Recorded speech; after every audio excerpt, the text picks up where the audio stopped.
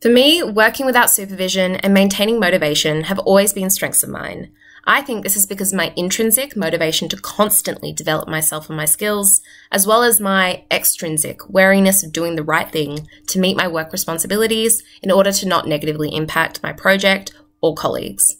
I also actually really enjoy having the independence to work through problems myself, as I find I learn more this way, rather than just relying on supervisors to problem solve for me. Saying this, I found though that at the beginning of my placement, when I wasn't particularly busy, it was harder to stay motivated. This was both because there was no time pressure to get things done, and also because I struggled to understand the impact or purpose of the work I was doing, which at the time felt very manual and menial.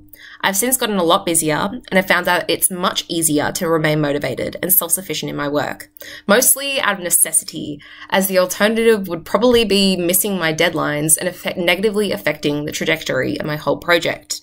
The work that I'm doing, one example being a paper on improving premium affordability, also feels far more immediate and relevant to the real world, and I found it much easier to connect and motivate myself since the work is so interesting.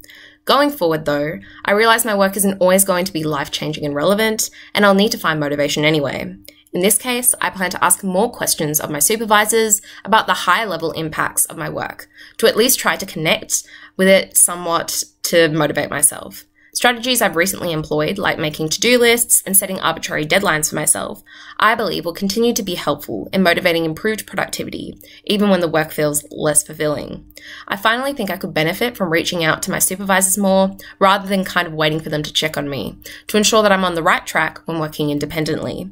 So overall, I would say self-motivation and self-reliance are both assets of mine and come very naturally to me, though I plan to keep developing these skills throughout my placement and professional career. Thank you.